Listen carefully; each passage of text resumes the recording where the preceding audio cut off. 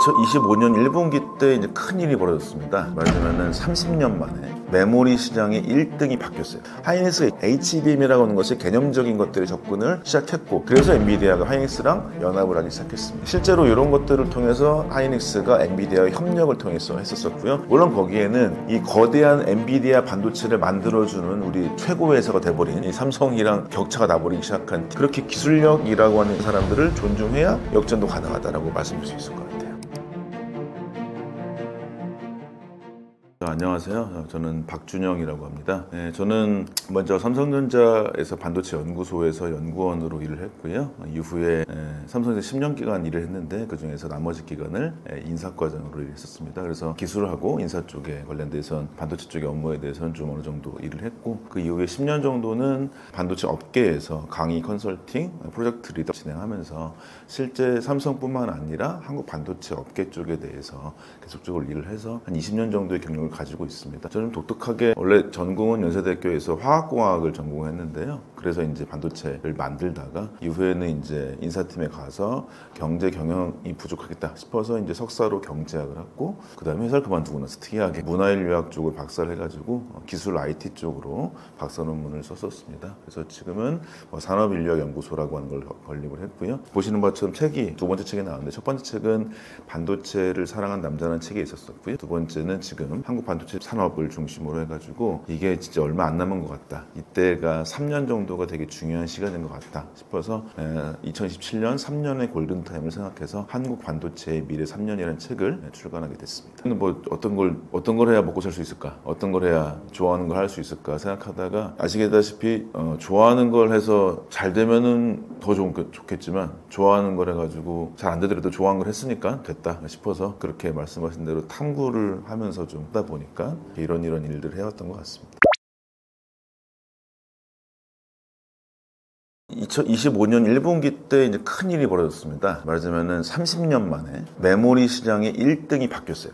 SK 하이닉스가 바로 이제 요즘에 가장 크게 대두되고 있는 제품이죠. 소위 고대역폭 메모리, 우리나라 말로는 그렇게 하지만 여러분께서 익숙하신 단어로 HB, 하이 밴드위스 메모리라 해서, 그 대역폭이라는 게 밴드위스가 될 것 같고요. 그것을 되게 많이 하는 복합적인 반도체 메모리 시장에서 하이닉스가 치고 나가면서 처음으로 30년 동안 넘게 1등했던 삼성을 제치고, SK하이닉스가 1분기이긴 하지만 매출, 점유율로서 1등을 했습니다. 말하자면 삼성전자에서는 정말 큰일이고, 우리나라 전체를 봤을 때는 다행이다. 삼성전자가 없는데 하이닉스라고 잘하고 있으니까. 그러기 위해서 다행이긴 한데, 이런 형태로 봤을 때 SK하이닉스가 갑작스럽게 삼성전자를 제치고 HBM 시장, 그 다음에 전체 메모리 반도체 시장이 1등이 됐느냐. 결국에는 같은 한국 엔지니어들이 있는데 이게 무슨 일일까. 결국에는 SK하이닉스는 그동안 엔지니어들이나 기술자들을 존중했다 볼 수 있을 것 같아요. 물론 SK하이닉스 제도가 정말 대단히 발달해서 그렇다기보다는 실제 이제 내부자로 생각할 수 있을 것 같습니다. SK하이닉스 같은 경우는 딱 보시다시피 SK하이닉스가 3년 정도에 합병을 합니다. 근데 SK가 이제 소위 M&A를 통해서 그룹을 많이 키워왔던 회사인 건 아실 것 같아요. 근데 SK 특성이 뭐냐면은 그룹으로 만들어서 M&A 한 다음에 몇 년 동안 내비둡니다. 내비두다 보니까 엔지니어들이 알아서 발전을 막 했어요. 그리고 이제 SK하이닉스 같은 경우는 삼성 있었지만은 삼성과 달리 인사팀의 힘이 별로 세지 않아요. 그러다 보니까 엔지니어들의 얘기를 막 들어줬습니다. 말하자면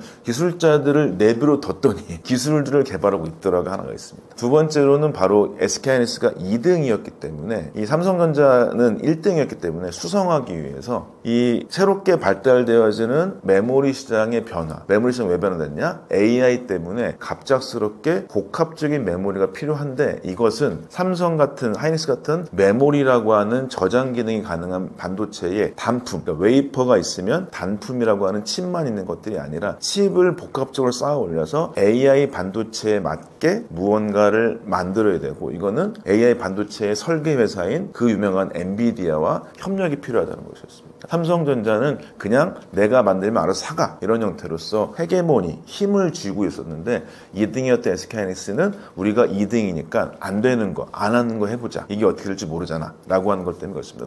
결론적으로 말씀드리면 두 가지인 거죠. 첫 번째로는 기술자들을 존중했다 볼 수가 있을 것 같고요. 두 번째로는 협력을 선택했다. 근데 이것은 결론적으로 뭘까? 그러면 어떤 면에서 삼성전자라고 하는 회사와 SK하이닉스의 리더십 문제가 굉장히 강했다고 볼 수 있을 것 같아요. 왜냐하면 수많은 자원을 보세요. 보통 삼성전자가 1년에 투자하는 금액이 팹이라고 하는 거 투자하는 금액이 50조 원 정도 됩니다. SK하이닉스는 20조 원 정도 되니까 이건 투자 비용 자체가 1.5배 이상 차이 나는 거대한 자본의 차이가 그동안 30년 동안 1등 했으니까 돈 많이 벌었을 거 아닙니까? 근데 그거에서 왜 갑작스럽게 HBM이라고 하는 조그만 반도체, 그 다음에 혹은 가능성은 있었으나 점유율이 낮을 것 같은 반도체를 안 만들었겠습니까? 삼성전자가. 근데 거기서 엔지니어들은 개발하고 있는데 경영 리더들, CEO들이 이거 별로 중요한 거 아닌 것 같아 라고 개발을 안 했던 것입니다. 그렇지만 결국에 리더십 문제, 그 다음에 2등으로서 협력의 문제, 생태계 문제, 기술력의 문제 이런 것들이 복합적으로 작용해서 현재의 HBM 1등, 그 다음에 25년 1분기이긴 하지만 메모리 시장의 1등이 됐다라고 볼 수 있을 것 같습니다.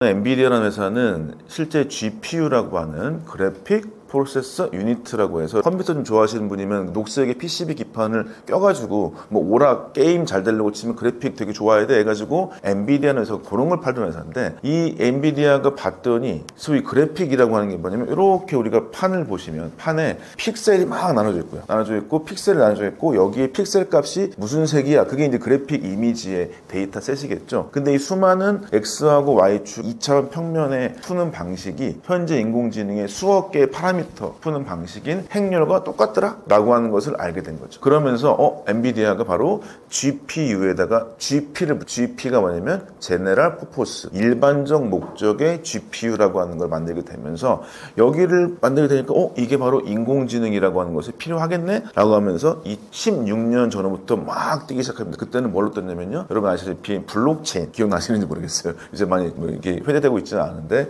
그때 비트코인의 채굴을 할 때 봤더니 이게 이미지 퀴즈를 풀어야 된다. 그래서 엔비디아의 GPU가 품귀 현상이 있었습니다. 그때가 이제 1차적으로 엔비디아가 이름 딱 알렸을 때인 것이고요. 그 다음에 여러분 많이 아시는 바로 오픈AI 2022년이 딱 터지면서 이 GPU 가격이 너무나도 뻥 터져버린 것이죠. 이때 왜 하이닉스를 선택했냐? 엔비디아가 뭐 내부적으로 다 알려진 바시피 삼성전자가 이미 찾아갔습니다. 그 전에 왜냐면 삼성전자가 메모리 제일 잘 만드니까 협력합시다. 근데 삼성전자가 미안한 얘기인데 문전박대 같은 걸 했죠. 저 사람 누군데? 뭐 저 사람이 뭐 모리스 창이야? 인텔의 CEO 누구야? 아닌데 그냥 조그만 팹리스 회사 CEO 아닌가? 라고 무시해가지고 젠슨은 화가 났어요. 화난 거. 이 상황이었는데 하이닉스 같은 경우는 HBM 기술을 먼저 알게 됐고요. 이건 이제 우리나라 국내 연구진도 많이 역할을 했었었죠. 카이스트의 랩실에 있었던 뭐 김용 교수님 어떤 기본 설계도 있었었고요. 그런 걸 통해서 하이닉스가 2013년도부터 HBM이라고 하는 것의 개념적인 것들에 접근을 시작했고, 그래서 엔비디아가 바로 하이닉스랑 연합을 하기 시작했습니다. 실제로 이런 것들을 통해서 하이닉스가 엔비디아의 협력을 통해서 했었었고요. 물론 거기에는 이 거대한 엔비디아 반도체를 만들어주는 우리 최고 회사가 돼버린 이 삼성이랑 격차가 나버리기 시작한 TSMC라는 회사가 있죠. 타이완 세미컨덕터 배터리 컴퍼니, 대단한 이름 같지만 대만의 반도체 제조회사, 이렇게 해서 엔비디아, 하이닉스, TSMC 이 삼각편대가 얼라이언먼트, 소위 우리 잘 먹자라고 이제 카르텔을 만들게 되면서 이 안에서 훨씬 더 안정적인 맞춤형 반도체의 이익을 만들 수 있었고, 하이닉스는 그만큼 서비스 마인드를 가지고 있었습니다. 그동안 메모리 반도체 같은 경우는 메모리 반도체 회사가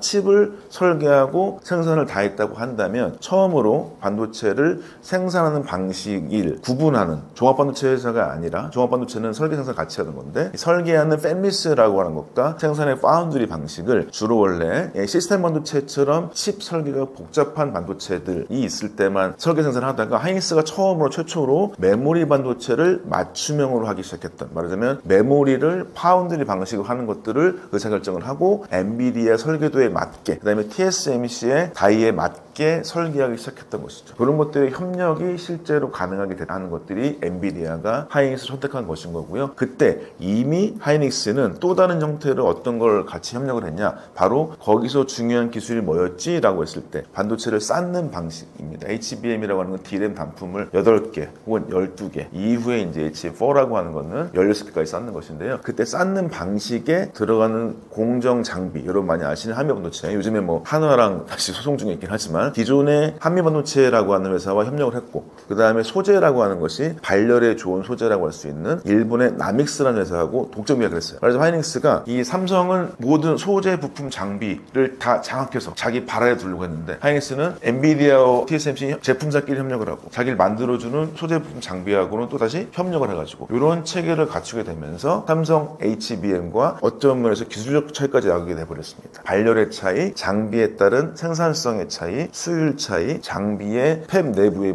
진동 같은 문제 등등을 통해서 엄청나게 제품까지 좋아지게 돼버린 것이죠. 말하자면 서비스도 잘하는데, 협력도 잘하는데 제품도 좋아요. 이 두 가지가 실제로 발현이 되면서 하이닉스는 2024년 초에 이미 엔비디아의 승인을 받았는데, 삼성 HBM 계속 된다 만다 하다가 이미 1년이 훌쩍 지나가 버렸습니다. 이제 실제로 1년 이상 차이 나는 게 현재 상황인 것 같습니다.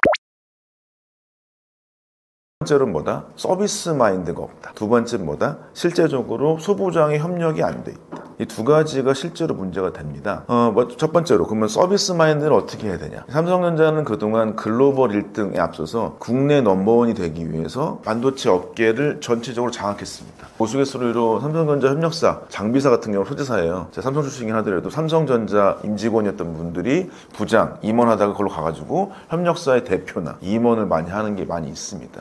그 정도로 반도체 업계 전체적인 사이클이 삼성이라는 회사를 중심으로 다 돌아갔던, 이렇게 만들었던 거가 지금은 그렇게 효과적이지 않다고 볼 수 있을 것 같아요. 왜냐하면 한국 내부에 이런 서플라이 체인에 갖고 있는 장비회사, 소재회사, 죄송한 얘기지만 글로벌 장비와 소재보다는 뒤처집니다. 이런 걸 인정해야 되는데, 그런 것들을 협력을 통해서 기술력을 같이 발달시켜야 되는데 그걸 안 했었습니다. 말하자면 업계를 장악하려고 하다가 협력을 안 하다 보니까 실제로 제품이 안 좋아진 것이고요. 두 번째로는 제품사끼리 서로 협력을 안 했던 것이죠. 말하자면 설계라고 하는 게 엔비디아, 그 다음에 시스템 반도체 생산이 TSMC, 그 다음에 메모리 반도체 HBM의 하이닉스, 이렇게 됐던 것들을 실제로 삼성은 우리가 다 할 수 있어 라고 하는 것들로 됐는데, 이게 지금 물론 다 잘하면 좋겠지만 그런 것들이 제대로 안 돼 있던 것이고, 좀 디테일하게 보자면 반도체를 만드는 방식이 말씀드렸다시피 이렇게 설계하는 설계도 방식이 있고, 설계도를 갖고 오게 되면은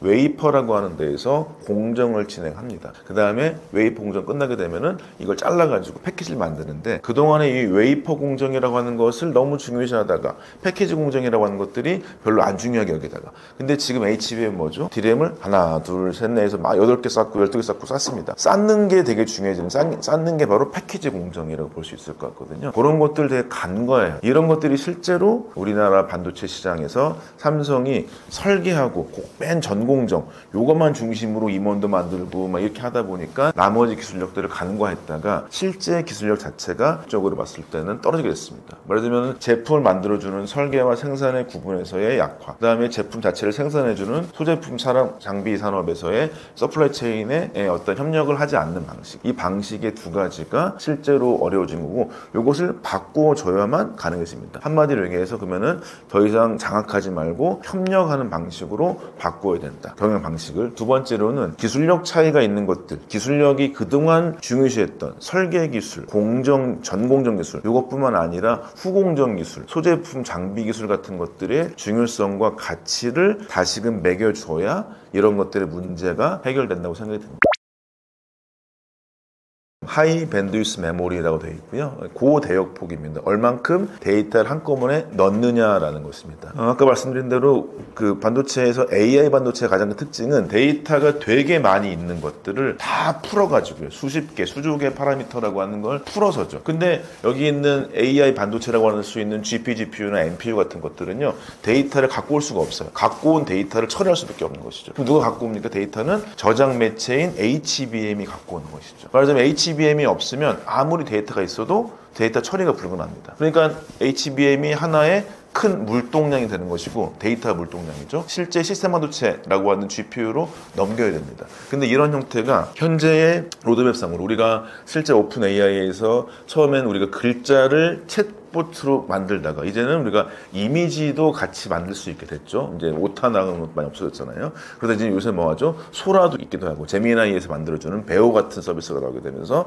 얘네들이 다 이제 영상까지 만듭니다. 이게 초기 단계긴 한데, 이후에 우리가 진짜 사람이 만들었는지 안 만들었는지 이미 구분도 안 되지만, 우리가 알고 있는 모든 정보 체계, 텍스트, 이미지, 영상, 뭐 음성을 다 포함해서 이런 것들이 모두 다 AI가 생성 가능하다. 그럼 당연히 AI가 많이 데이터를 풀어내야겠죠. 그런 것들의 파라미터 개수가 늘어날 예정입니다. 그래서 지금의 현재 이런 파라미터 개수를 우리가 뭐 IO 개수라고 한다면 지금 HBM3E라고 하는 게 기준으로 봤을 때 1024개라고 하는 것들이 막 지나다니는 거예요. 그래서 HBM4라고 하는 게 막 등등 일어납니다. 그래서 이런 IO 개수가 수만 개 이상 늘어나지 않을까라고 본다면 그 IO 개수는 결국에 뭐냐면 데이터를 한꺼번에 쏟아붓지 그건 결국에 HBM이 계속적으로 발달될 것이다. HBM이 수십 단 쌓일 수도 있고요. HBM이 이 아파트 단지라고 친다면 단지가 옆에 생길 수도 있고 이렇게 되면서 HBM이 계속적으로 늘어날 것이라 생각이 들기도 하고요. 어떤 분들께서는 그 보통 2027년 정도 때 이 HBM은 실제 AI의 풀어야 할 것 같습니다. 우리가 이거를 접속해서 핸드폰이나 PC 같은 걸 통해 가지고 거기에 접속해서 데이터를 쓰면서 거기에 있는 풀이 방식을 갖다 오는 것 뿐이겠죠. 거기는 인프라에 가깝긴 하지만 이 인프라라고 하는 것들이 일단 첫 번째로는 계속적으로 발달될 것이다. 이거는 이제 빅테크 기업들, 그다음에 국가 단위로 소버린 AI 생기면서 이것들이 계속적으로 니즈가 있을 것 같다. HBM과 GPU는 같이 움직이니까요. 이런 것들이 있고 두 번째로는 우리가 이제 어떤 것이 실제 AI를 활용한 디바이스가 될지, 반지가 될지, 안경이 될지 아무도 몰라요. 이 디바이스는 로봇이 될지. 근데 어떤 디바이스든 간에 이 내부에 엣지 디바이스, 디바이스용, 온 디바이스 AI도 있기 때문에 거기에서의 조그맣게 있을 수 있는 HBM이나 아니면 뭐 DRAM일 수도 있겠지만 그런 것들에 대한 저장 매체가 될 수 있는 메모리 반도체는 계속적으로 늘어날 수밖에 없다. 결론적으로 인프라용 HBM은 여전히 회사들이 많이 늘어나기 때문에 국가가 필요하기 때문에 늘어나고 그다음에 엣지 디바이스가 있기 때문에 여전히 HBM이나 DRAM들의 니즈가 늘어날 것 같다. 그래서 실제로 뭐 AI 뭐 시스템 반도체 되게 중요하다고 얘기하는데요. 일각에서는 AI 반도체는 거의 놀고 있어요. 왜냐하면 메모리 월이라고 해서 메모리가 훨씬 더 어렵습니다. 데이터가 더 느려요. 그럼 데이터가 더 빠르게 하려고 치면 HBM이나 DRAM을 더 많이 써야겠죠. 메모리가 더 중요해지지 않을까 이렇게 고민하는 분들도 있을 정도로 시장 전망은 좋다고 볼 수 있을 것 같습니다.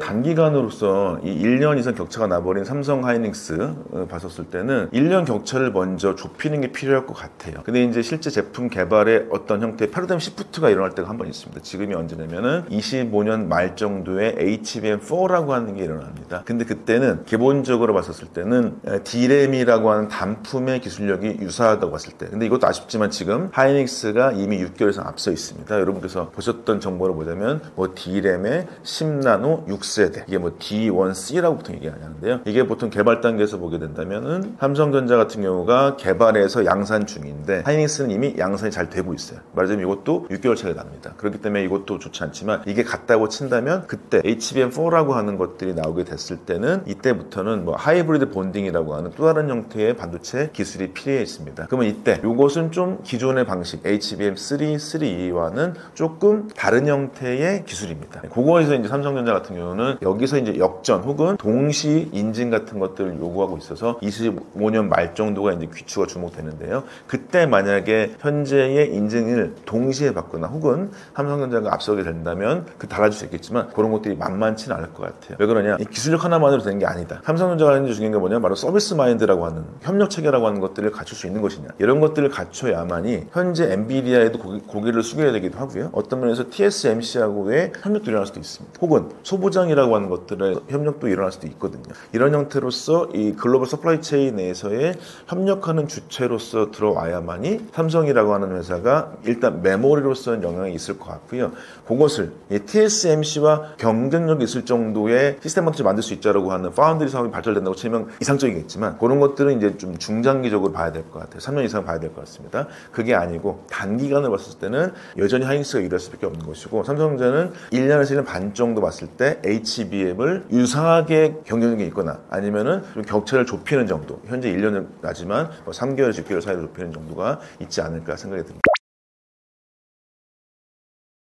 메모리 산업 같은 경우는 3강입니다. 국내에서 해외로 넓게 보면 삼성, 하이닉스, 그다음에 마이크론이라는 회사가 있죠. 마이크론 회사는 일본의 메모리 회사들을 막 합병했다. 근데 여기서 마이크론의 강점이 뭐냐면요.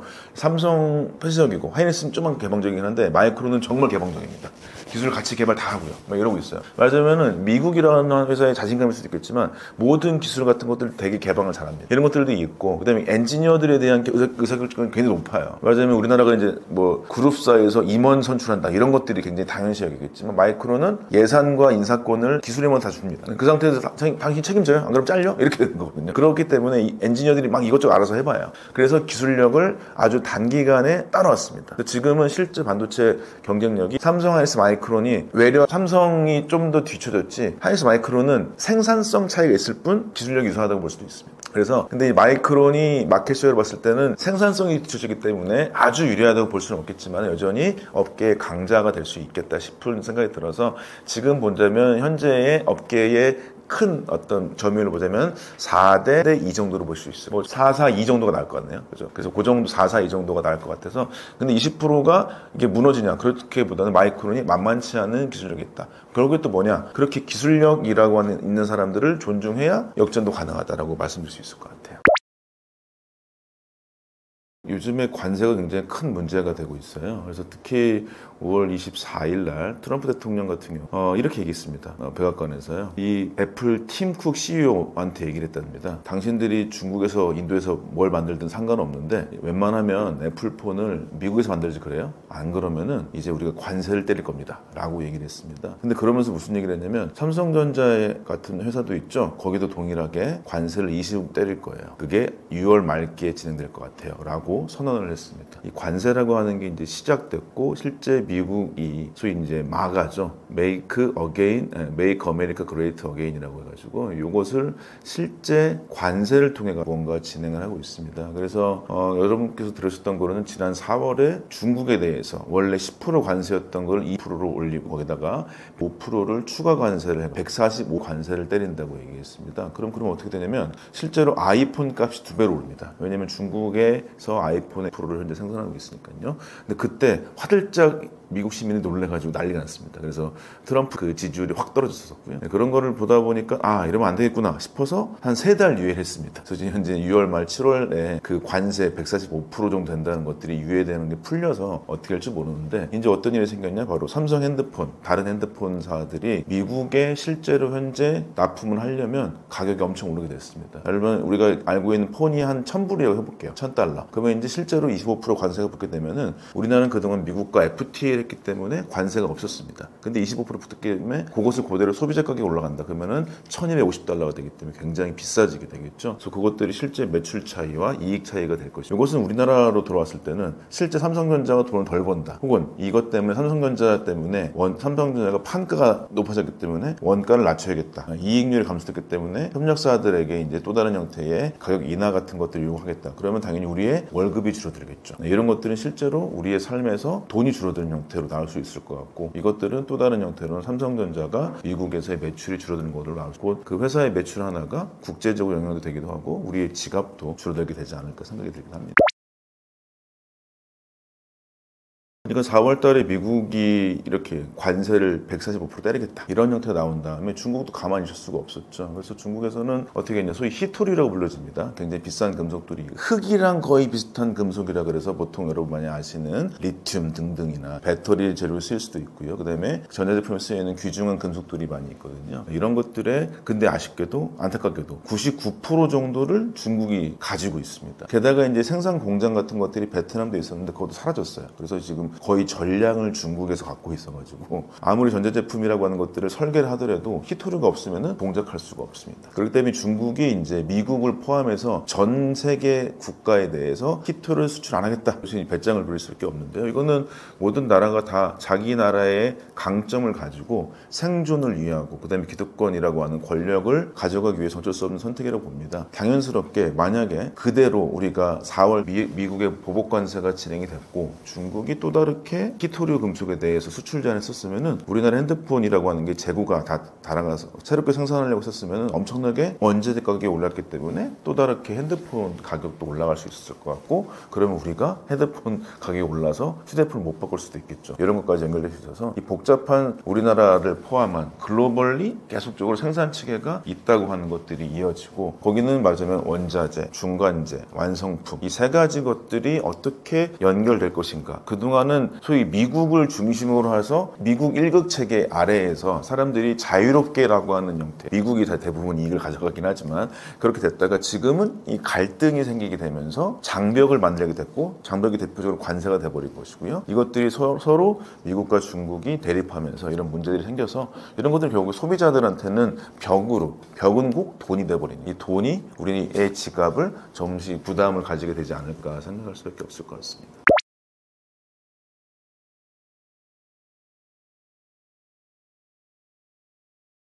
이제 보복관세라고 하는 것들의 예외 조치가 이제 소위 아뜨거 아이폰 때문에 나왔던 게 정확히는 7월 초지만 6월 말부터 이 휴정 기간이라고 하는 90일의 3달 기간이 끝날 것 같기. 그러면 실제 어떻게 될 거냐? 여전히 불확실합니다. 근데 이번에는 제가 봤을 때는 트럼프가 어느 정도 카드를 준비하지 않을까 싶어요. 그래서 이제 트럼프가 으름장을 난다. 아니면 어떤 분들은 트럼프가 이상한 광인 같다라고 하지만 트럼프는 이상하지만 똑똑한 사람 같습니다. 그렇기 때문에 이 소위 미국을 다시금 유대하게 한다라고 하는 정책이 만만한 일은 아닙니다. 실제로 그래서 불확실성이 결론적으로 증가될 수밖에 없는데, 여기에서 소위 우리가 같이 고민해야 될 게 미국이 과연 실제 생산단지 같은 것들을 다시금 미국으로 오게 하든지 아니면 관세를 물게 하든지 이런 형태겠죠. 어쨌든 간에 뭔가 벽을 높인다는 겁니다. 그 벽을 안으로 들어와서 벽 안에서 생산하든지 벽 바깥에서 하려면 돈을 내든지, 이 두 가지 선택인데 실제 이게 만만한 얘기가 아닙니다. 그러니까 미국이라는 나라는 그동안 설계를 중심으로 해서 IT나 ID를 중심으로 해가지고 발전시켜서 부가가치 높은 산업들을 만들어 왔는데, 그것들이 제조업이라고 하는 형태의 약점으로 부각이 됐죠. 인텔의 몰락도 있었었고요. 그 다음에 수많은 회사들의 제조업들의 몰락 때문에 혹은 코로나 때문에 이럴 때가 되면서 실제 물건을 만드는 일이 중요하다는 걸 많이 알게 됐습니다. 근데 미국이 만만한 나라가 아니죠. 이게 미국으로 다시 들어오게 돼서 일자리 창출하겠다, 이거는 약간 일반적인 생각인 것 같고, 전 두 번째로는 미국이 AI를 활용해서 제조업마저 자동화를 하지 않을까. 그래서 제품 단가나 제품의 기술 자체를 또 다르게 자기의 성벽 안에서 완벽히 자동화했기 걸로 무언가 제조업 경쟁력을 다시금 강화하지 않을까. 이미 AI는 1등이죠. 그럼 제조업까지 강화되기 때문에 이런 것들이 실제 각 크게 보자면 미국과 중국 동시에 진행되고 있는 상황이라고 볼 수 있을 것 같아서, 그 각각의 양극 체제 혹은 미국과 중국의 대결 체제라고 하는 것들 때문에 각 나라들은 소위 이제 고래싸움 새우등 터지듯이 어쩔 수 없이 거기하고 연결될 수밖에 없긴 하겠지만은, 또 다르게 보자면은 불확실성은 여전히 증가될 것이고, 소위 얘기했던 자유무역이라고 하는 것들은 좀 더 계속적으로 균열이 있지 않을까라고 볼 수 있을 것 같습니다.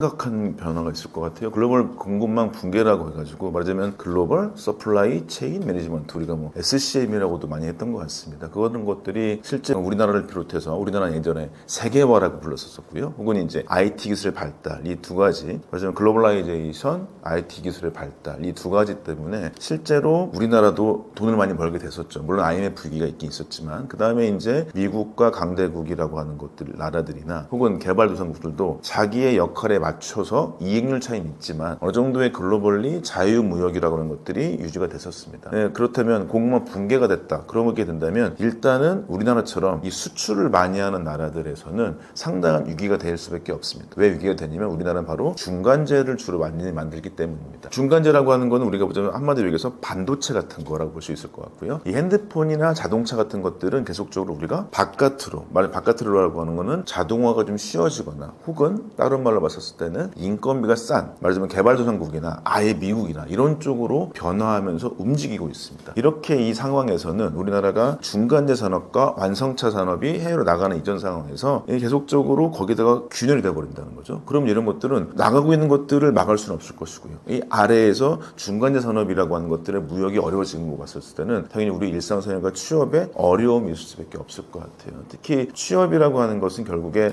그 각 회사들이 고용을 창출해야 되는 건데, 고용 창출은 이익에 달려있고요. 이익은 결국에는 현대자동차, 삼성전자, 거기에 갖고 있는 서플라이 체인에 들어가 있는 회사들의 매출 발생 때문에, 이익 발생 때문에 고용이 일어나기 때문에 이런 것도 상당히 난점으로 다가올 수 있습니다. 근데 저는 그것들이 기존의 우리나라의 산업체계의 단점을 개선할 수 있는 하나의 기회가 되지 않을까 생각이 들긴 합니다. 결국에는 우리나라의 가장 큰 장점, 말하자면 이렇게 됐었죠. 개발 독재 시대부터 시작해가지고 우리나라는 재벌 대기업을 중심으로 산업을 선택해왔습니다. 많습니다. 기억하시기에는 삼성은 전자, LG는 화학, 포스코는 제철, 현대는 자동차 이런 것들이 막 있었죠. 근데 요것이 잘 되다가 IMF를 딱 맞았는데 이게 더 심해집니다. 말하자면 이제는 기억하시겠지만 반도체를 잘 돼서 현대, LG, 삼성이 다 했었어요. 근데 IMF 딱 되니까 정리하고 삼성이 하세요. 그래서 여전히 LG가 가장 아쉬워하는 게 뭐죠? LG의 이제 LX 회장으로 갔던 구본준 회장도 반도체를 빅딜했던 걸 여전히 가장 마음 아파합니다. 예를 들면 현재 기아 현대자동차라고 하는 게 합병돼 있긴 하지만 그때 자동차 산업을 주게 될 수밖에 없었던, 이제 돌아가셨지만은 이건희 회장 같은 경우도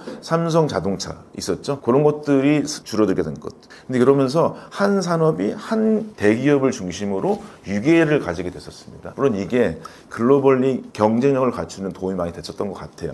지금에서 국내 1등 했던 것들 대기업만 중심으로 돌아갔던 이 체계에서 이 글로벌 공급망이 붕괴되면서 그러면은 어떤 한 대기업이 해외의 대기업들과 연계해서 했던 서플라이 체인 자체가 균열되면서 그러면 현재 이 공급망의 어떤 다른 사슬을 국내로 만들 수밖에 없다라고 볼 수 있을 것 같고요. 근데 그게 굉장히 약할 수밖에 없습니다. 왜냐하면 우리나라는 대기업과 중견기업과 중소기업의 임금 차이가 굉장히 크거든요. 예를 들면 여러분 삼성전자, 하이닉스 신입사원이 다 받는 원천 소득이 1억 원 왔다 갔다 합니다. 근데 같이 팹에서 반도체를 만드는 분들은요 최저임금 붙어 있어요. 그러면 이제 연봉 차이가 3배 차이가 난다는 거죠. 같은 공간에 있는.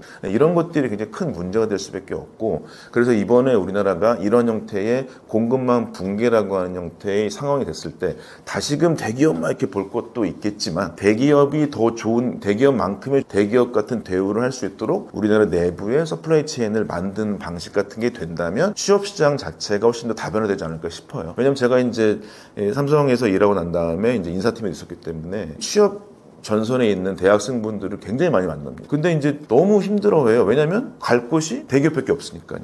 여전히 우리는 주위 사람을 눈치를 많이 볼 수밖에 없는 관계적인 우리나라 사람들이기 때문에 어디 다녀요? 그랬을 때 삼성 다닙니다. 요즘 SK 인기가 더 많죠. SK 하이닉스 다닙니다. 그러면 더 이상 설명할 필요 없어요. 근데 제가 반도체 업계 어디 다닙니다. 거기가 어디야? 이러면 또 이제 마음이 상하죠. 그게 왜 그러냐면 그 정도 같은 반도체를 만듦에도 불구하고 A라는 회사와 B라는 내가 이름만 아는 회사가 브랜드도 좋은데 근무권도 좋고요. 휴가도 잘 갈 수 있고 다 좋아요. 이런 것들의 불균형이 해소될 수 있는 가장 중요한 기회가 아닌가 싶어서 이때가 되게 중요한 상태가 아닌가 싶어서 공급망 붕괴에 따라서 다시금 우리나라의 산업체계에 대한 재편들을 좀 더 우리가 고민할 필요 있지 않을까. 실제로 우리나라 공급망 체계의 붕괴에 따라서 기회와 위기도 있겠지만 결국에 이거는 글로벌 협력 체계를 우리가 갖출 수밖에 없을 것 같아요. 그래서 미국 무역 전쟁이라고 하는 것들이 실제로 2008년 금융위기 이후로 굉장히 강해졌습니다. 기억하시겠지만은 우리 버락 오바마 대통령이죠. 한국을 약간 뭐 좋게는 봤었지만 의료보험 좋다고 얘기했지만 우리나라 약간 좀 왕따시켰던 북한에게 전략적 인내를 했었던 오바마 대통령이 뭐였냐면 G2를 했습니다. G2는 굉장히 낯선 일입니다. 왜냐하면 미국이 다른 나라를 인정하지 않거든요. 미국은 아시겠지만 1985년에 플라자 회담 같은 걸 통해 가지고 경쟁되려고 하는 일본과 독일을 관세가 아니라 환율을 통해서 아주 주저앉혀 버렸어요. 그러니까 지금 미중 무역 갈등을 다른 말로는 제2 플라자 회담이라는 얘기도 하기도 합니다. 말하자면 턱밑같이 쫓아오고 있는 중국이라고 하는 나라를 어떻게든 우리가 망하게 하리라. 이런 것들의 이제 패권을 다시 쟁취하리라라고 하는 게 미국의 역할인데 그 G2 2008년의 금융위기는 방만한 미국의 산업 형태와 금융 자본이라고 하는 것들을 중국이 소비로 인해서 막아준 거죠. 결국에는 이런 상태가 되면서 미국은 중국을 무시할 수 없게 돼버렸습니다. 그러다가 실제 그것이 표면적으로 드러난 게 결국에는 트럼프 대통령이 들어와서 만들었던 미국 무역 전쟁이 16년 전으로 많이 일어났었고요. 마찬가지로 이제 바이든 대통령도 마찬가지고 그렇게 했었고 미중 무역 전쟁이 지금 더 격심합니다. 그럼 이때는 누가 또 될지는 잘 모르겠어요. 아직까지는요. 기술력이 갖고 있는 미국과 근데 중국도 기술력이 만만치 않죠. 가장 중요한 게 인구를 많이 갖고 있는 중국. 이 상태가 돼버렸습니다. 게다가 제조업이라고 하는 것들을 모두 다 중국에서 만들고 있습니다. 이런 형태가 됐습니다. 근데 우리나라는 뭐다? 바로 중간재 산업의 가장 커다란 경쟁력을 가지고 있다고 볼 수 있을 것 같아요. 그렇다면 뭐냐? 이때 기업뿐만 아니라 우리 개인뿐만 아니라 정부의 역할이라고 하는 것들을 꼭 고려해야 될 것 같습니다. 저는 이제 우리가 정치 체계마다 다르겠지만 결국에 균형할 수밖에 없겠다라고 얘기할 수 있을 것 같아요. 말하자면 뭐 중국을 극복해야 된다. 뭐 이런 형태, 뭐 어떤 분들은 뭐 이념이 더 중요하다 이런 분들도 있었는데 이런 것들은 이미 시대가 많이 지나갔고 낯익은 이념 논쟁밖에 안 되겠습니다. 결국에 우리나라가 경제적으로 혹은 산업적으로 우리가 취업시장에서 내 직업 지갑이 되고 하는 것들이 더 좋아지라고 치려면 이러한 형태의 이 위기 상황, 불확실성 속에서 우리가 가장 잘하는 건 무엇이고 우리가 협력해야 될 건 무엇이고 거기에서 잘하는 거에서 협력할 것이 있다고 친다면 잘하는 거는 계속적으로 잘할 수 있도록 도와줘야겠지만 못하는 거는 아쉬운 것 같은 경우 어떻게 되죠? 정부에서 역할을 해줘야 될 수밖에 없습니다. 예를 들면 반도체 산업을 예를 들어볼게요. 반도체 산업은 아까 말씀드렸다시피 아주 기본적으로 유지보수를 해야 되는 장비 유지보수를 해야 되는 가장 최저임금 단계에 있는 분들이 있고 그 반면에 뭐 최고 연봉을 받고 있는 대기업 사람들이 있습니다. 그럼 여기에서 이 사람들이 같은 역할을 하는데 회사 때문에 임금 차이가 난다. 혹은 가장 영세한 회사들이 반도체를 만드는데 되게 비싼 장비들이 많이 있거든요. 그런 것들이 뭐 볼트와 너트, 나사 같은 걸 만들어요. 근데 그런 것들이 실제 품질에 되게 중요해지고 있어요. 말하자면 우리가 그동안 당연시 여겼던 것들이 더욱더 빈틈이 나오고 있는 지금의 형태로 본다면 영세한 기업들의 기술력을 좀 더 올려줄 수 있는 정부 역할들을 중요하고 말하자면 국내 내부에서는 이 산업 생태계를 두터이 할 수 있도록 정부 역할이 필요하고 두 번째로는 미중 무역 갈등 중에서의 정부가 균형 해결을 통해 가지고 그런 것들을 좀 더 해결할 수 있도록 기업들과 협력하는 것들이 많이 필요하지 않을까 싶기도 합니다. 이런 것들을 우리는 계속적으로 모니터링하고 아주 날새게 안테나를 세우고 있어야만 우리나라가 좀 더 경쟁력을 가질 수 있지 않을까라고 생각이 들 수 있을 것 같습니다. 삼성이 참 대단한 회사라고 했던 다른 분들의 말이 삼성이 하나의 놀림감이 돼버린 형태가 된 것 같아요. 실제로 경영진에 대한 비판, 삼성선도 일 안 한다 이런 분들도 계신 것 같기도 하고 삼성이 왜 그러냐 걱정하시는 분도 있기도 하는데 삼성에서 10년 정도 일했던 사람으로서 좀 안타까움을 느끼기도 하면서도 여러 가지 형태의 실기도 많이 있었습니다. 저는 이제 크게 위기의 요인을 세 가지 정도로 잡습니다. 첫 번째로는 기술 리더십의 위기가 있다. 그 다음에 실제로 봤을 때는 의사결정의 문제가 있다. 세 번째로 봤었을 때는 생태계 문제가 있다. 저는 이 세 가지 정도로 얘기를 합니다. 첫 번째로는 기술 리더십 위기는 가장 대표적으로 바로 HBM이라고 하는 인공지능 반도체 기술 같은 것들을 만들지 못하고 추격하지 못했던 형태의 의사결정의 문제가 있지 않을까. 결국에는 전적으로 기술 CEO의 문제가 있습니다. 두 번째로는 실제로 이 변화에 하나 더 좀 추가해서 말씀드리고 싶은 거는 이 반도체 공정이라고 하는 것들이 하나 되게 중요한 게 결국에 미세화라고 하는 게 일어납니다. 말하자면 웨이퍼라고 하는 것에서 계속적으로 크기가 막 줄어들어야 웨이퍼가 속에서 예전에는 그 칩이라고 하는 다이가 한 100개 나왔다가 그게 이제 2006년 그러다가 지금은 웨이퍼 한 장의 최신 제품인 D램의 10나노 6세대 반도체가 한 1,500개 나옵니다. 맞으면 원래 15배 정도 생산성이 증가가 됐어요. 근데 성능도 더 좋아집니다. 근데 그거는 어떤 일이 벌어지게 되냐면 반도체를 만들기가 점점점 더 어려워지는데 옛날에 웨이퍼 한 장에 다이가 100개 나올 때만 하더라도 설계 하나만 잘해도 특별히 문제가 없었다고 얘기 많이 했습니다. 그런데 얘네들이 점점 줄어들어서 15분의 1로 줄어들었어요. 그러면 여기서 어떤 일이 벌어지냐면 기존의 당연하다고 생각했던 기술들이 안 되기 시작합니다. 말하자면 반도체라고 하는 에서 기술력을 이렇게 세 가지로 나눠요. 첫 번째가 제품, 설계 엔지니어들이 있고요. 주로 전자학과 출신 사람들이 있습니다. 두 번째가 이제 저처럼 반도체를 직접 만드는데 이 사람들은 얘네들이 전자제품의 반도체의 성능, 몇 기가바이트 등등등을 얘기한다면 이것의 성능은 결국에 물질에서 나옵니다. 여러분 기억하시기에는 그 기가바이트가 어떤 형태의 용량과 그다음에 기가헤르츠가 속도라고 한다면 이것은 뭐에 달려있냐면 전하량이라고 달려있고 전하량은 전자에 달려있습니다. 갑자기 이제 옛날 얘기가 나오기 시작하는데 말하자면 전자 어디서 나오죠? 원자라고 하는 거죠. 원소에서 나오죠. 말하자면 이 원소라고 하는 물질을 잘 만들어야 전자가 잘 움직이고 전자가 잘 만들어져야 용량과 속도가 나옵니다. 결국에 이 용량과 속도라고 하는 성능은 물질을 기반으로 나오게 되어 있거든요. 그래서 물질을 만드는 사람들을 우리가 통상적으로 공정 엔지니어라고 합니다. 가면 갈수록 이 사람들이 되게 중요해지고 있어요. 근데 이 공정 엔지니어도 화학 반응을 어떻게 하시면 돼요? 여기다가 구리를 넣으면 됩니다. 실리콘을 넣으세요. 여기다가 뭐 산소를 넣으세요. 해가지고 막 만들어냅니다. 그런데 그거를 만드는 데는 첫 번째 뭐가 필요하죠? 여러분 아시는 소부장이 필요합니다. 소재, 여기에 산소가 어떻게 들어갑니다. 순도가 필요해요. 구리가 들어갑니다. 뭐 메탈이 들어갑니다. 뭐가 들어갑니다. 이게 소재죠. 소재가 이만큼이 있어요. 그 다음에 거기가 바로 장비가 들어갑니다. 아무리 우리가 레시피를 잘 짜도 장비가 ASML, Applied Materials, 뭐 램, 뭐 이런 회사처럼 탑5 글로벌 기업이 아니게 되면은 이것이 불가능했습니다. 그래서 이런 것들에 이걸 만드는 게 뭐죠? 장비 엔지니어, 소재 엔지니어 이런 격까지 반도체는 맨 위에서 소비자들은 전자제품을 아시겠지만 설계 제품 엔지니어들이 있고 여기에 공정 엔지니어가 있고 소재 장비 엔지니어들이 이만큼 있어요. 여기는 기계과 사람들이 있고 화학과 사람들이 있고 여기는 화공과 사람들이 있고 여기는 전자과 사람들이 있습니다. 서로 소통이 잘 안 돼요. 근데 그동안은 여유가 있었기 때문에 거의 공정 마진이 있어서 이쪽 기술력을 안 중요했어요. 근데 여기가 이제는 너무 중요해지기 시작합니다. 아무리 성능도 결국에 보다 전자들이 움직입니다. 전자들 움직이면 누가 컨트롤하냐? 소재랑 장비 컨트롤합니다.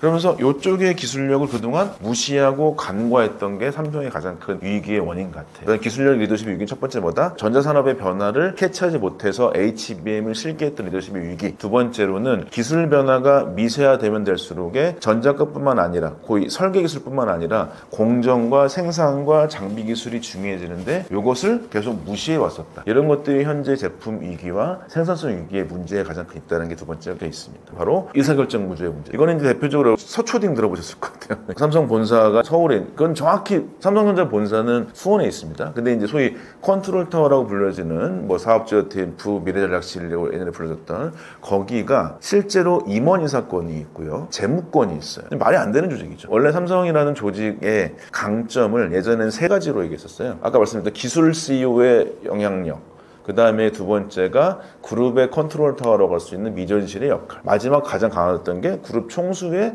의사결정. 이 세 가지가 가장 강한 판단이었는데 기술 리더십이라고 하는 건 여전히 항상 중요합니다. 그 다음에 대규모 투자도 CEO가 하긴 해야 돼요. 총수가. 그런데 과연 이 스텝 조직이라고 하는 게 어떤 역할이 되냐 지금은. 이것들이 과연 불분명한데 여기가 뭘 갖고 있다? 돈과 인사권을 둘 다 가지고 있어요. 그러니까 여기 현업에 있는 사람들은 다 여기에 말을 들어야 되겠죠. 그러니까 서초딩이 뭐냐면 서초에 있는 지원 TF 사람들이 앉아가지고 기술도 몰라서 기술을 계속 물어봅니다. 그러니까 막 문서에 각주를 달아야 돼. 그러니까 서초에 초등학생이 있더라. 그래서 서초딩 보고서라고 했던 게 있어가지고 그것 때문에 실제로 기술 개발이라고 하는 것들의 의사결정에 기술을 모르는 사람들이 인사권과 재무권을 휘두르면서 관리를 하게 시킵니다. 여러분 생각해 보시기에 젠슨 황은 아시겠지만 엔비디아의 CFO가 누군지 아시나요? CHO 누군지 아세요? 하나도 몰라요. 네, 여러분들은 리사수라고 하는 AMD 사장은 알고 있지만 거기에 재무와 사람도 알고 있습니까? 근데 우리는 이미 삼성전자의 그룹의 TF장을 알고 있습니다. 이거는 굉장히 큰 모순이죠. 기술 변화는 기술을 알 수 있는, 그 다음에 기술을 알 수 있는 CEO와 임원들과 의사결정할 수 있는 담당 기술 엔지니어한테 권한을 줘야 됩니다. 근데 그것을 하지 못했던 게 가장 큰 원인이 될 수 있고, 세 번째로는 결국에는 생태계가 있습니다. 그동안 우리나라는 뭐다? 항상 수직적으로 삼성을 중심으로 모든 것을 만들었던 체계였습니다. 그래서 삼성 자회사도 만들게 되고 소재부품 회사도 다 만들어가지고 했다가 이런 것들이 이제는 안 된다는 것이죠. 장비회사들이랑 협력해야 되는데 장비회사들하고 협력하지 않고 기술력 같은 것들을 통해서 소송도 나고 이랬던 것도 분명히 있었었죠. 우리나라는 함해원동체, 주성 엔지니어링 이런 회사들하고 소위 삼성이 계속 소송이 나가지고 두 회사는 삼성이랑 거래를 안 합니다. 이러니. 그다음에 삼성이랑 항상 척을 지고 있는 글로벌 장비회사 ASML, 어플라이드 등등은 예전에는 기술 유출 사고도 있었었고 이런 것들이 문제가 있었습니다. 말하자면 삼성은 너무나도 천호성 같은 조직으로서 협력을 많이 안 했던 것이죠. 생태계 구성을 너무 안 해왔다. 이런 것들이 현재 위기의 원인이 아닐까라고 생각하고 있습니다. 기본적으로 삼성의 핵심 전략은 삼성 내부에서 하고 있는 핵심 전략은 2024년 10월에 급하게 구원투수 나왔던 전영현 부회장이 했던 건 뭐냐면은 품질 경쟁력을 확보하고 최고의 기술의 리더십을 다시금 되살리겠다. 이 두 가지를 얘기하면서 소위 얘기해서 사과를 했습니다. 네, 그래서 그 사과 때문에 실제 삼성전자가 2025년 5월달 지금이 전영현 부회장이 온 지 1년 딱 됐어요. 그래서 그 두 가지 실제 기술 높이겠다, 품질 높이겠다. 이 두 가지의 방향성은 잘 잡은 것 같아요. 근데 그런 거가 실제로 작동하고 있느냐, 가능하냐 여부는 구체적으로 따져봐야 될 것 같은데 저는 거기에서 여전히 필요한 건 무엇이냐, 자기가 잘하는 것과 못하는 걸 명확히 구분해서 못하는 것은 협력하고 잘하는 것은 실제로 뛰어나게 해야 된다라고 볼 수 있을 것 같아요. 그래서 근본적인 기술 경쟁력은 뭐냐면 기본적으로 D램이라고 하는 거나 낸드라고 하는 거, 메모리 반도체의 기술력을 지금 6개월 정도 뒤졌습니다. 세계 1등을 수십 년 하다가. 근데 그것을 다시금 1등으로 올려야겠다라고 하는 건 분명히 있습니다. 두 번째로, 근데 그동안 못해왔던 기술력, 그동안 뭐였다? 설계 중심으로 생각하고 이것만 생각하다가 공정에서도 패키지 공정 무시하고 장비 무시했던 거. 이 두 가지를 높이는 것에 대해서는 많은 생각을 안 하는 것 같아요. 이거는 굉장히 기술적으로 오판입니다. 실제로 지금은 아무리 설계도를 잘 그려도 만들기가 어려워졌습니다. 이게 되게 특이하죠. 이거 우리나라가 대부분 산업체계가 여러분 아시다시피 자동차 산업이나 뭐 이런 거 볼 때 특히 현대자동차가 이번에 보스턴 다이내믹스 가보시면은 막 무인 공정이 돼버렸어요. 그래서 이제 이런 것들이 설계만 잘 그리면은 생산이 100% 자동화 될 거거든요. 근데 반도체는 그렇지가 않습니다. 왜냐면 반도체는 아까 말씀드린 대로 원자 하나를 막 다루고 있어요. 지금 옴스트롱 단위 막 다루거든요. 옴스트롱이라는 게 수소 원자사의 거리죠. 그걸 다루고 있을 정도로 있기 때문에 이거는 자동화할 수 있는 영역이 좀 아닙니다. 그래서 어떤 분들 오해하시는 게 생산은 자동화 되기 쉬운 거 아니야 하시겠지만 반도체 쪽은 자동화가 잘 안 될 것 같아요. 제가 이제 단언컨대 뭐 제가 올 수 있겠지만 반도체의 생산이 자동화가 되면은 우리는 전 세계 모든 산업이 다 자동화가 될 수 있을 것 같아요. 그러니까 예를 들면 크게 보면 이렇게 됩니다. 조선 산업은 여러분 배가 크잖아요. 배라고 하는 게 만들어졌다. 근데 얘네 소위 공차죠. 기술력으로 있는 스펙이죠. 이 규격이 거의 센티미터 정도 보시면 될 것 같아요. 자동차는 밀리미터 정도 되죠. 10의 마이너스 3승이죠. 그 다음에 여러분 디스플레이나 보통 조립 공정은 마이크로미터 10의 마이너스 6승 됩니다. 근데 반도체는 지금 어떻게 했냐? 나노미터에서 옴스트롱 떨어지고 있어요. 네, 나노미터 옴스트롱이라고 하는 단위까지 생산 자동화할 수 있다면은 저는 모든 산업이 자동화될 수 있을 것 같습니다. 근데 그거는 제가 봤을 때 요원합니다. 근데 그것을 너무나도 간과해왔다. 네, 그래서 삼성이라고 하는 게 근원적인 기술을 높이겠다라고 하는 건 좋습니다. 그래서 단품도 좋은데 거기에서 패키지 기술과 설비 기술이 있을 수 있는 이 아주 나노미터 이하로 떨어지고 있는 기술력 자체를 제대로 만들지 못하면 품질 경쟁력이라고 하는 게 확보가 안 될 겁니다. 여러분 품질 보시는 게 바로 쉽게 얘기해서 수율을 높인다는 얘기거든요. 수율은 뭐냐면 웨이퍼 하나가 이만큼 있다. 여기에서 웨이퍼에 1000개가 나온다? 1000개에서 800개가 양품이다? 라고 하는 것이 수율입니다. 보통 80% 이상 나와줘야 우리가 수율이 좋은 건데 이 수율이 안 나온 이유는 뭐냐면 웨이퍼라고 하는 게 있는데 여기에 수백 개의 공정이 진행되는데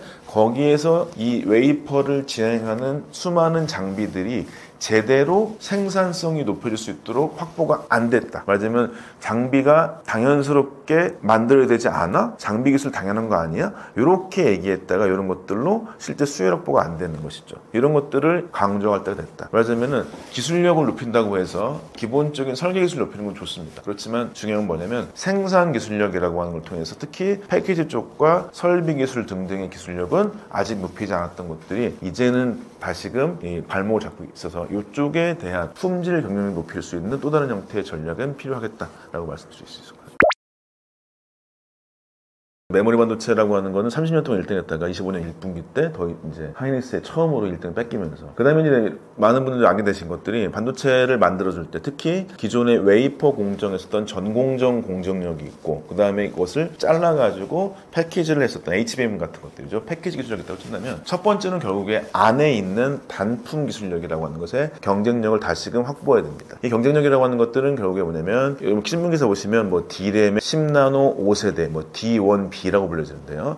그것의 기술력이라고 하는 것들을 안 돼서 설계를 다시 했다 이런 것만 나옵니다. 그거는 제대로 된 선택입니다. 왜냐하면 그동안에 내부적으로 어떤 부서 뭐 일부 부서 뭐 정확히 얘기하기는 그렇지만 그런 부서들에서 실제 소통이 없이 하다 보니까 자기들이 편한 대로 요청을 하다 보니까 제품 경쟁력이 늘어졌습니다. 속도가 느려지는 거가 있었거든요. 그런 것들이 실제로 설계를 다시 해야 되는 것까지 왔었던 것입니다. 그래서 첫 번째 설계를 높이는 게 바로 단품의 경쟁력을 높여야 된다라고 하는 게 있고 거기엔 당연스럽게 생산성 높여주기 위한 수율을 높여주기 위한 소위 이제 제조센터 팹이라고 얘기하죠. 거기에 실제의 설비 경쟁력 높이는 것들이 필요합니다. 두 번째로 볼 수 있는 것들은 무엇이냐? 결국에는 패키지 기술력을 높여야 됩니다. 패키지 기술력을 그동안 굉장히 간과해 왔었거든요. 이런 것들이 실제 HBM 나온 다음에 뭐 1년이면 따라갈 수 있지 않을까? 라고 설계 중심의 사람들은 얘기했었죠. 근데 HBM 만들어주는 패키지 공정이 그만큼 어려워진 것입니다. 이것을 실제 따라가는 게 생각보다 만만치가 않더라라고 하는 것들을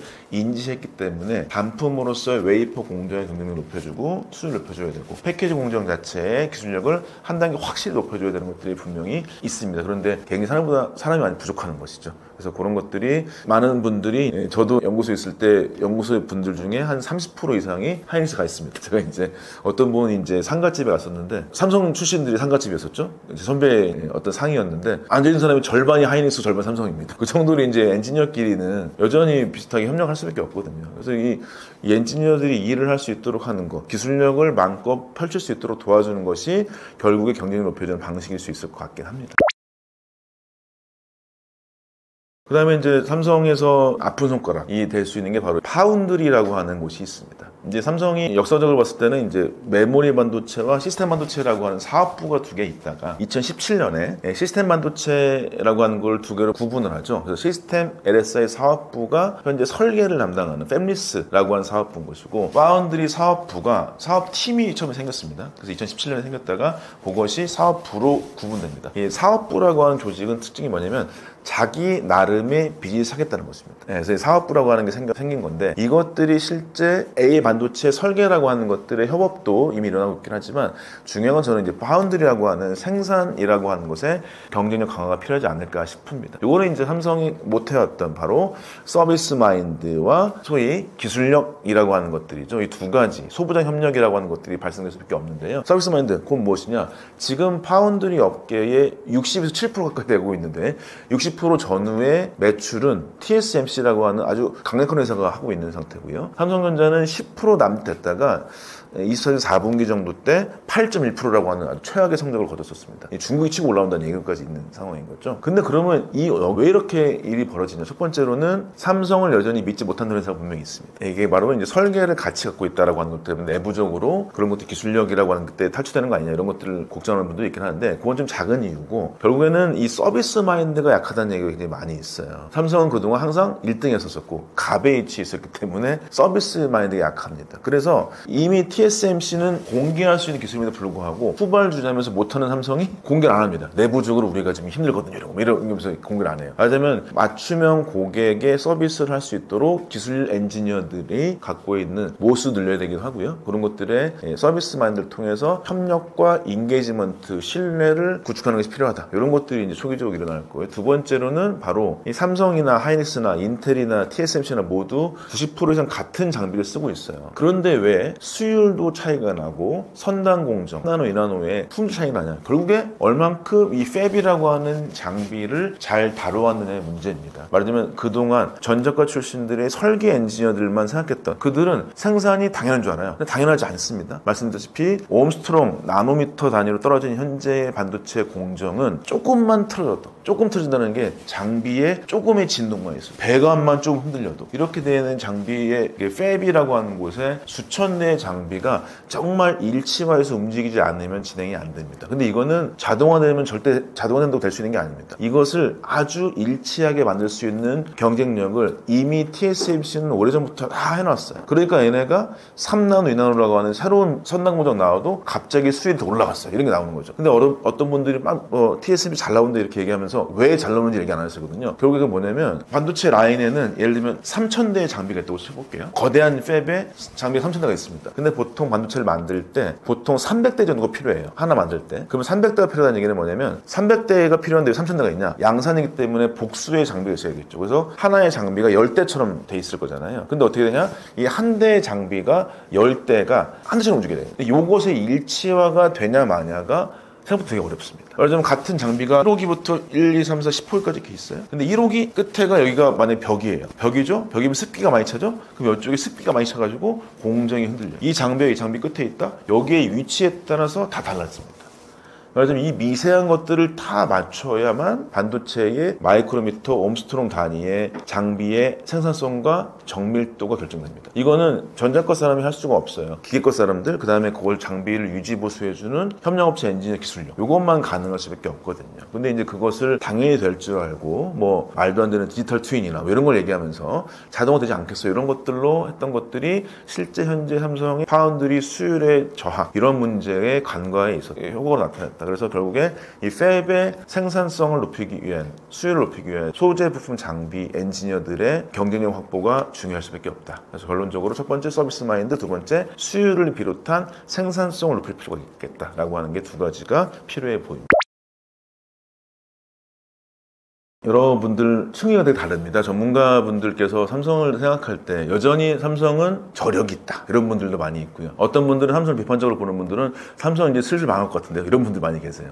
저는 두 가지 길은 다 있다고 봅니다. 이 반도체 산업을 실제로 들어가서 그 반도체를 연구실에서 조그만 웨이퍼나 소자 같은 걸로 보시는 분들과 대량 생산하는 분들하고는 너무 큰 차이가 나. 이 반도체 팹에 계시지 않았던 분들이 삼성의 문제를 설계가 부족해서 이런 얘기를 되게 많이 하시거든요. 물론 설계 부족한 거 많고요. 맞습니다. 근데 삼성은 설계 잘한 적 별로 없어요. 미안하지만. 삼성의 현재 위기 극복의 가장 큰 문제는 이 수백조 이상 투자되어 있는 팹이라고 하는 것의 생산성과 기술력을 이게 전 가장 근본적으로 중요하다고 봅니다. 저는 이것은 결국에 전문가들이 얘기하신 대로 설계 엔지니어들, 똑똑한 사람들이라고 하는 것들도 필요하겠지만 삼성의 팹을 만들어 올 수 있는 삼성 내부의 팹의 엔지니어들, 그 다음에 같이 협력해주는 소부장 회사나 협력사들, 그 다음에 유지보수를 담당해주는 협력사 직원들, 이런 분들 자체의 기술력을 다 높여줘야만 위기 극복과 수요 향상이 가능하다고 봅니다. 저는 다른 것보다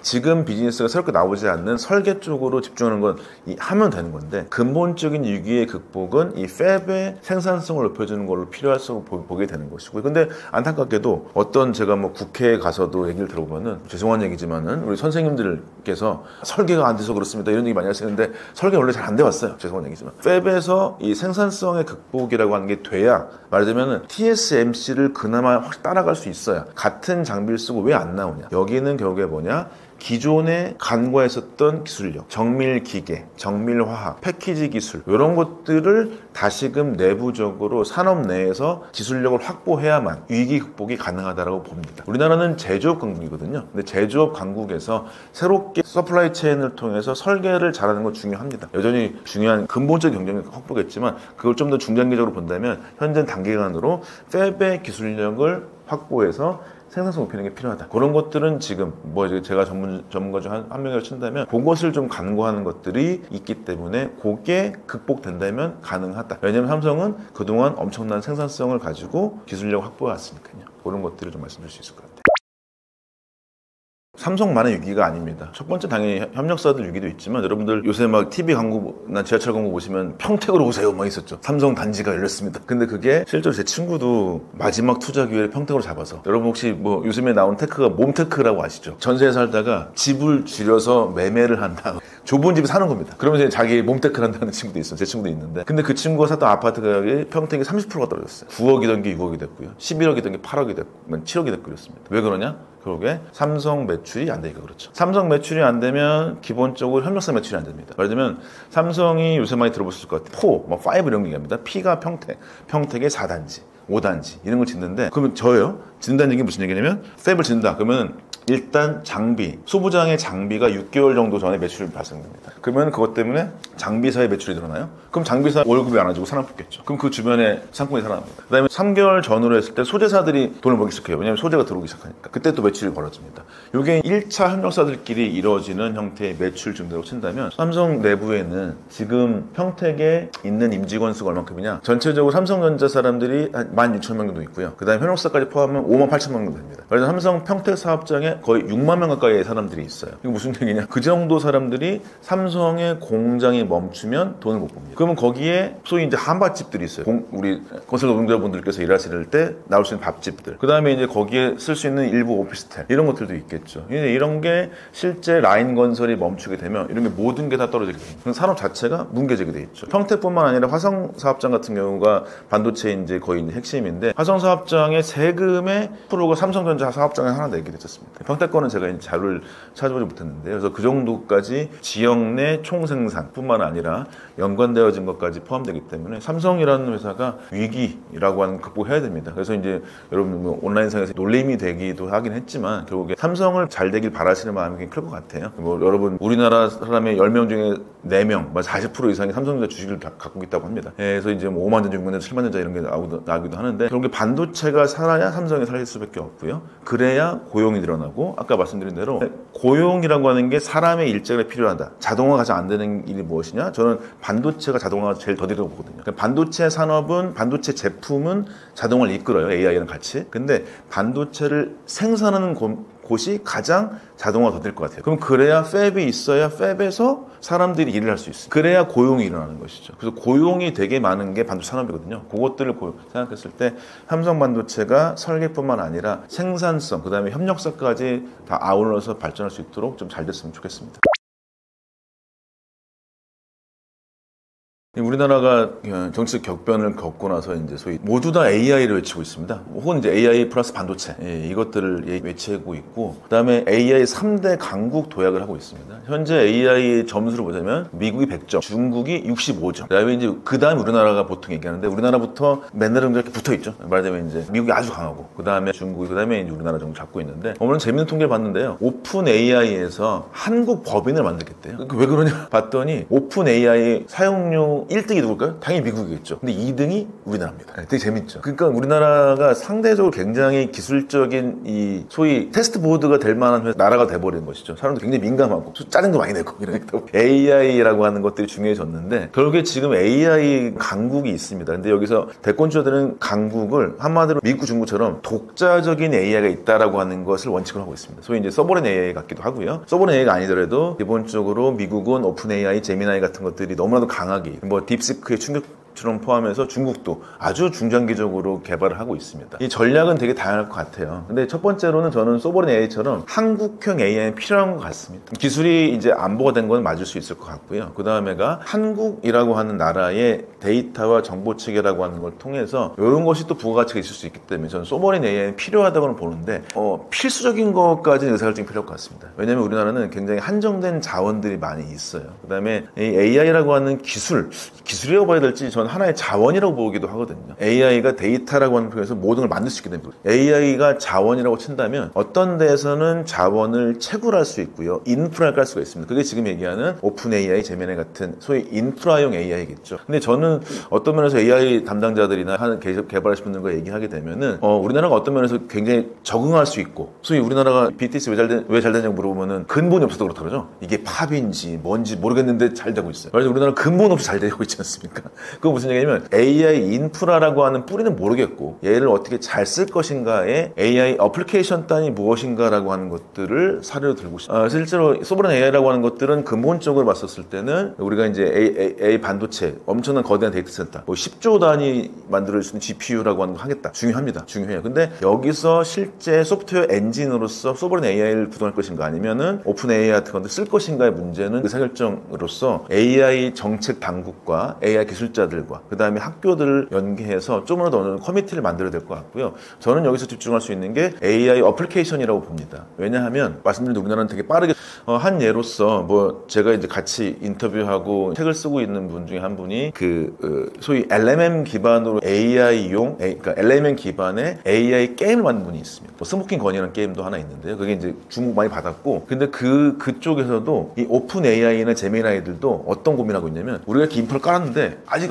제대로 앱이 없어라고 얘기합니다. 이 얘기를 되게 많이 하거든요. 근데 이 앱을 실제로 이 개발자가 성공을 시켜서 실제로 이런 정확히 바뀔 수는 없지만 이쪽에 인프라 회사들과 미팅을 요새 많이 합니다. 대체 이걸 어떻게 만든 거예요? 뭐 물어봅니다. 이 정도로 여전히 이게 우리가 간단히 인프라 투자도 있지만 AI 어플리케이션으로 얘기해서 이게 어떤 거로 나올지를 우리가 고민할 필요 있는 것 같아요. 우리나라처럼 똑똑한 사람들이 많이 있고 이것들이 실제 AI 어플리케이션 이것을 어떻게 만들 것인가에 대한 문제를 많이 고민할 필요가 있지 않을까. 그래서 AI 인프라, 그러니까 소버린 AI는 그거 단위로서 만들 수 있으면 좋겠다. 그게 이제 AI라고 하는 것들이 실제로 인프라가 될 수 있거나 거기 인프라인 반도체가 있겠죠. 이건 되게 좋을 것 같아요. 근데 거기서 실제 우리나라가 뭐 근본 없이 잘하는, 똑똑하게 빨리빨리 움직일 수 있는 이런 걸 봤을 때 AI 어플리케이션 통해 가지고 또 다른 부가가치가 나올 수 있지 않을까. 이 두 가지 정도는 나눌 필요 있다라고 좀 말씀드릴 수 있을 것 같아서 저는 일단은 그걸 애플리케이션을 통해서 3대 강국 도약이 되지 않을까라고 하는 것들은 충분히 생각해 볼 수 있을 것 같긴 합니다.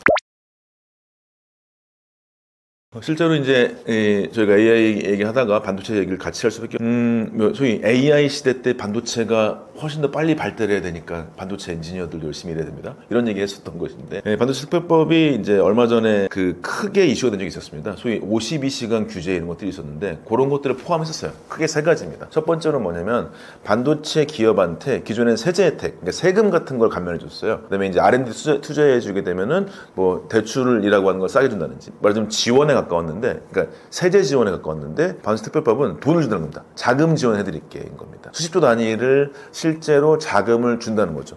요것을 실제 펀딩을 해가지고 국가에서 기업한테 돈을 준다고 하는 것들은 이미 미국과 중국 등의 회사들에서 많이 하고 있습니다. 근데 저는 이제 이것들이 실제 매출 기준과 경쟁력 기준을 봤을 때 대기업에 몰릴 필요가 있느냐라고 하는 것들은 의문이긴 합니다. 그래서 그건 좀 조정이 필요해 보이고, 두 번째가 뭐냐면 바로 인프라 용수. 반도체라고 하는 것은 설계 엔지니어들이 만드는 것 같지만 실제 거대한 인프라라고 하는 전력량, 팹을 돌려야 되니까요. 그 다음에 용수에서 물이 엄청나게 필요합니다. 요새 뭐 다른 거 많이, 이런 것들의 인허가를 빨리 하게 해야 된다. 이런 것들을 한다는 게 있고, 원래 세 번째가 바로 52시간 규제 등을 통한 노동 유연성 같은 게 있었는데 이것이 삭제가 됐죠. 두 가지입니다. 돈을 많이 준다, 인프라를 지원한다. 이 두 가지라고 볼 수 있을 것 같아서 이것들이 통과가 된다면 산업과 국민에게는 제가 봤을 땐 어느 정도 산업의 활성이 더 될 수 있지 않을까 싶긴 합니다. 근데 이제 고려할 거는 무엇이냐? 여기서 이거를 누구를 중심으로 배치할 것인가가 중요할 것 같긴 해요. 물론 뭐 삼성 하이닉스를 잘 되게 도와주는 건 중요하긴 하지만,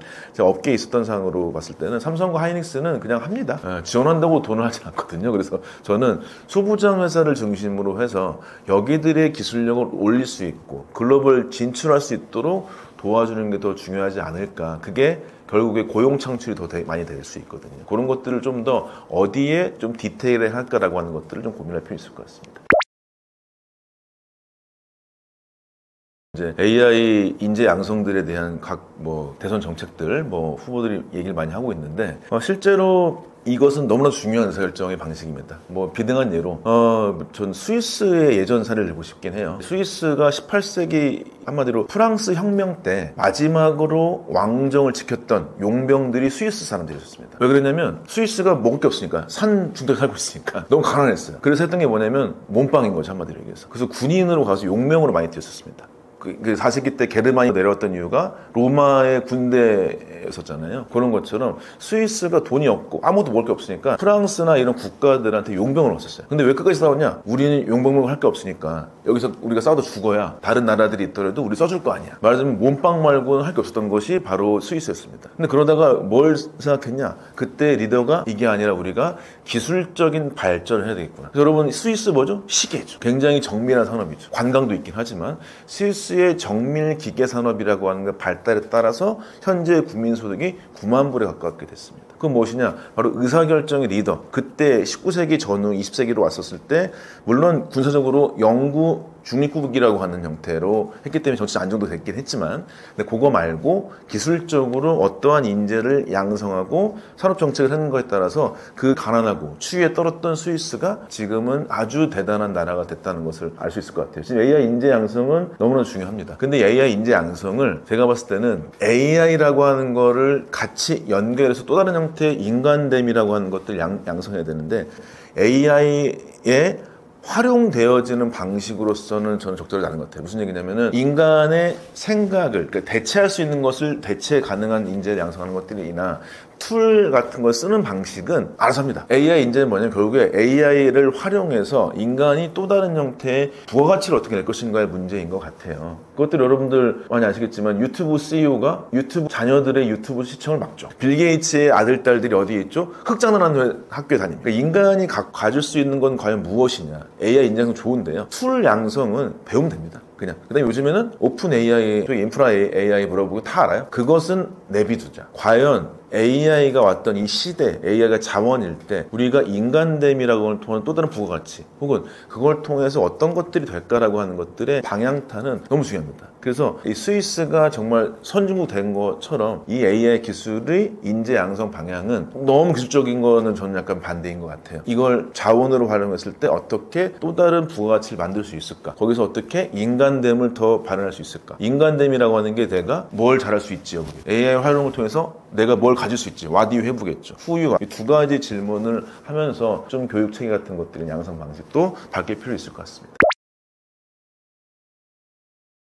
AI라고 하는 것들이 발전되고 있는데, 그러니까 AI라고 하는 건 데이터나 이런 것들을 되게 하늘 위에 떠 있는 걸로 생각하시는 분들 많이 있는 것 같은데, 계속 말씀드렸지만 반도체를 기반으로 하고 있고요. AI라고 하는 거는 엄청나게 거대한 발열이 일어날 수 있는. 요즘에 여러분들 뭐 그 실제 엔비디아에서 냉각할 수 있는 회사를 합병한다고 한다든지, 뭐 액체 냉각한다든지, 뭐 얼음이 된다든지, 뭐 이런 것까지 나오고, 수많은 데이터 센터가 어디에 있죠? 저기 강변에 있고요. 북극에 있고 그랬습니다. 그 정도로, 왜냐하면 에너지라고 하는 것들을 활용해서 쓸 수밖에 없습니다. 아무리 GPU를 돌리더라도 이것을 쓰는 사용자들은 모르겠지만, 우리가 문서 하나 만들려고 할 때 GPU를 쓴다고 명령을 집어넣게 되면 엄청난 전력이 소모가 되고 있습니다. 결국에 AI를 돌아가려면은 에너지가 필요하다. 근데 그 에너지가 무슨 에너지냐? 선진국들이 그렇게 요청하고 있는 소위 재생에너지 같은 것들, 소위 대체에너지 같은 것들이 중요할 수밖에 없겠죠. 그러니까 말하자면 많이 필요하다. 근데 많이 필요할 때 여기서 기존의 화석연료는 당연히 안 되고, 그 다음에 이제 뭐 원전 재생 같은 것들을 가지고 이슈가 많이 있는데, 저는 기본적으로 재생에너지가 원전보다 지금 단가가 떨어지고 있어요. 이런 것들을 확인했을 때, 그 다음에 독일과 덴마크라고 해서 산업이 어려웠던 나라들이 신재생 에너지를 통해서 굉장히 그걸 수출을 많이 하고 있습니다. 또 다른 산업 형태가 됐겠죠. 말하자면 덴마크가 낙농국이었다가 재생에너지 산업으로서 엄청나게 크게 돈을 벌고 있거든요. 그런 걸 생각했을 때 재생에너지 같은 거를 확대하는 방식이 필요하지 않을까 싶어서, 그러니까 현재 이걸 가지고 논쟁이라기보다는 우리가 원전이라고 탈원전이 아닙니다. 원전 현재 기획돼 있는 것들은 대부분 다 지어지는 건 되어 있습니다. 근데 그것의 비용이 좀 커진다는 게 분명히 있기도 하고요. 그다음에 재생에너지 단가가 떨어진 것도 있기 때문에 에너지가 많이 필요하다. 근데 가능하다면 재생에너지 쪽으로 가는 게 좋지 않을까라고 말씀드릴 수 있을 것 같긴 합니다.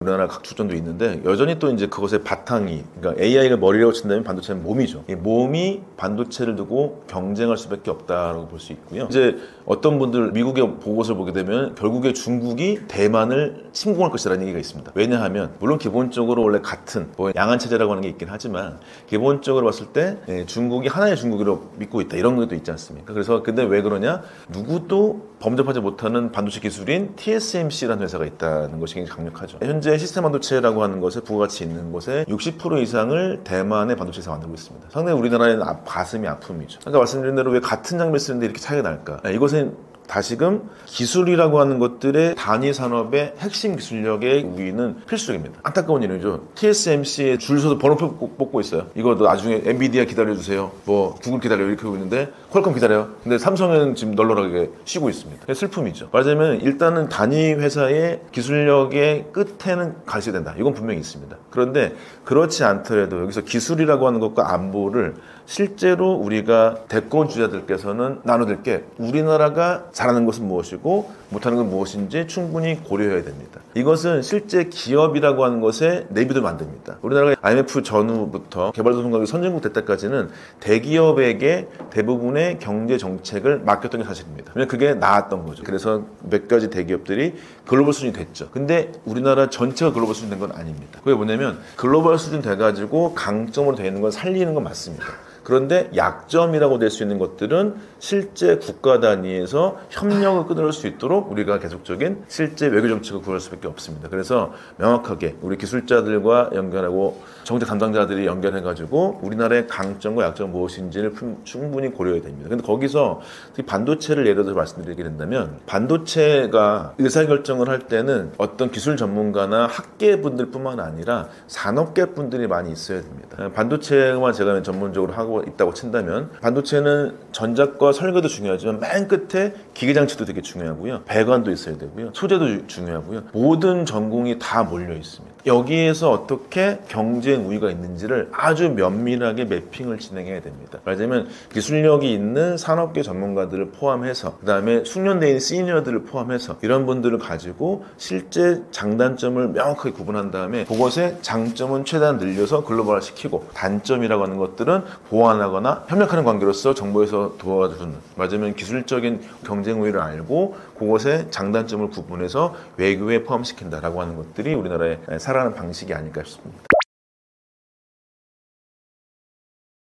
뭐 정부 효율 기구 세우면서 AI를 전면에 내비쳐가지고 막 뭐 문제가 되기도 하지만 각 국가들에서나 우리나라 대선에서도 AI 컨트롤 타워 과학기술 부총리죠. 부총리. 그 다음에 AI 혁신 전략부 이런 것들을 신설하겠다라고 하는 것들은 적절한 접근인 것 같습니다. 근데 이것들을 실제로 이 기술적인 단위에서 기술 전문가들의 의견도 필요하긴 하나 정책적 그 다음에 사회적인 것들까지 포함할 필요가 있는 것 같습니다. 실제로 아까 말씀드렸는데 AI는 전 인프라라기보다는 자원이라고 보고요. 근데 특이한 건 뭐냐? 기존의 인터넷과 PC처럼 어떤 하나의 단위 기능하는 것이 아니라 어떻게 펼쳐질지 모르는 거의 아메바 같은 형태죠. 어디로 펼쳐질지 모르겠습니다. 그렇지만 이 AI가 되는 게 있고 안 되는 게 있습니다. 예를 들면 AI는 지금 뭐냐면 결국에 디지털 정보에 대한 소위 자동화의 영역에 가깝고요. 이제 AI 현재 디지털 데이터 방식을 비판하는 얀 루쿤 같은 분이 뭐라 그러냐? 실제 AI가 세상을 접촉할 수 있도록 바뀌어야 된다. 지금의 AI로서는 불가능하다는 얘기도 많이 있습니다. 말하자면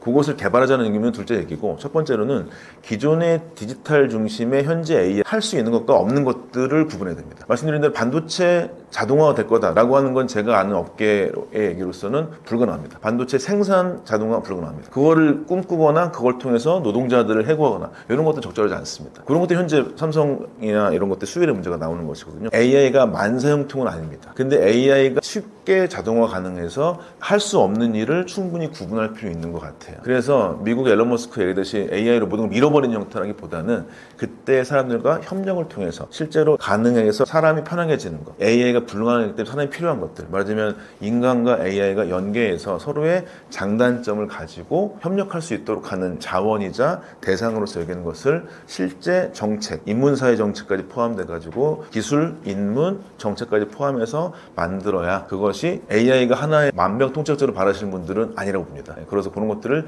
면밀히 바라봐야 결국에 AI라고 하는 거대한 기술 스케일이라고 하는 디테일이 달려 있습니다. 이 디테일이 될 수 있도록 우리가 면밀히 보고 사람들의 의견을 많이 받아들여야겠다라고 말씀드릴 수 있을 것 같습니다.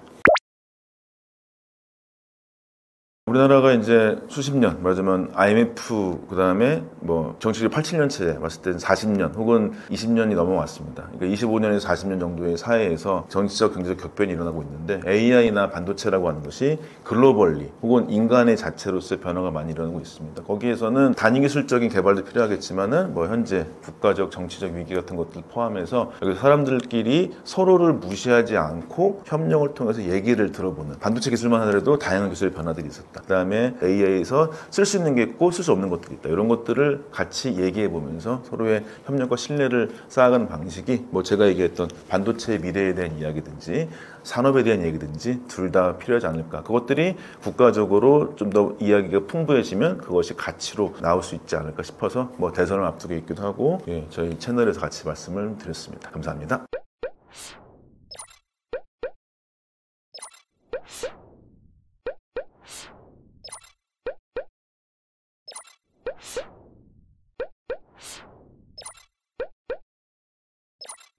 you